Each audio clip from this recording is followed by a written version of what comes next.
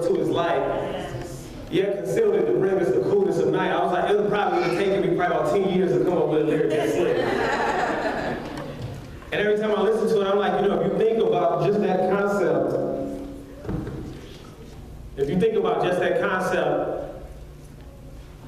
just the power of God, just how awesome He is, when they say you are amazing, you're indescribable. I'm tripping because every time I stand before a group of people, I always tell me, I know me.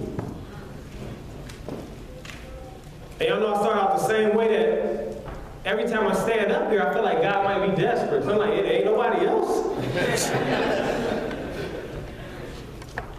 Because I know me, but we're gonna get straight to work. Erica, thank you. It's been since, well, we were walking down that hallway at Peterson since I heard you do your thing. I was snapping. I know people was clapping, but they told me when somebody do poetry, you're supposed to snap.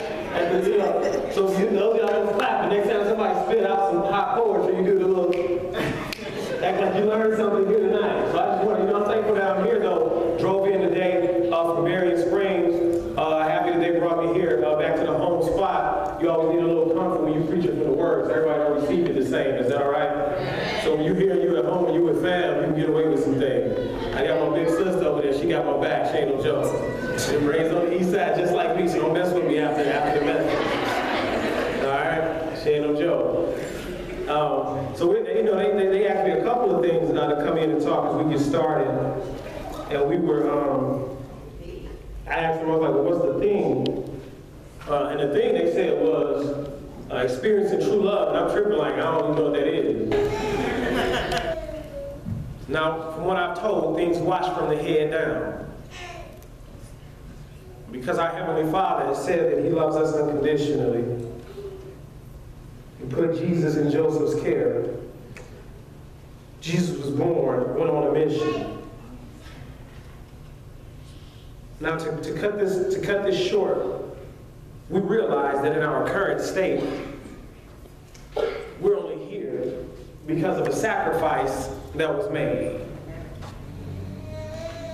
We're here because of a huge sacrifice that was made. And I don't even want to focus on the nails in the hand. I don't even want to go to the cross yet. I want to go to Luke. I want to go to Luke 22.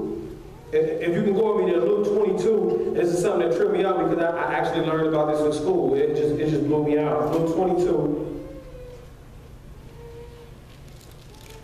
And when we get to 22, we're going to start at verse 39, and it says that Jesus, this is towards the end of His ministry and of His life, it says that Jesus went out as usual to the Mount of Olives, and His disciples followed Him.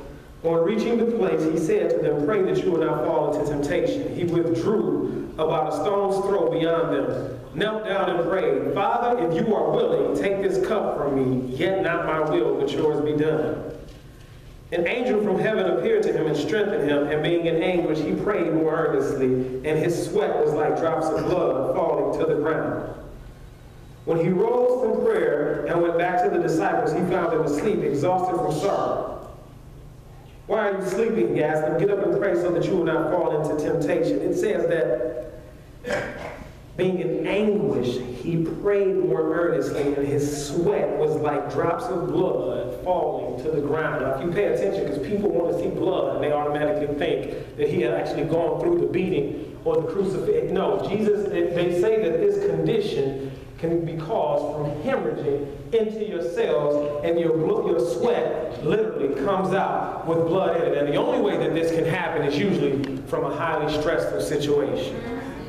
And people paint the picture of Jesus swooping down, jumping in front of us, and saying, hang me on the cross, I'm here to die for my children. It says in Matthew, and each book has a different description of it. In Matthew, Mark, Luke, and John, it says that Jesus went back not once to his Father and said, if there's another way, can we do it? Not twice, but he went back 3 times and said, if there's another way that we can do this, can we figure out a different plan? He was so stressed out that he started sweating blood. You didn't hear what I said.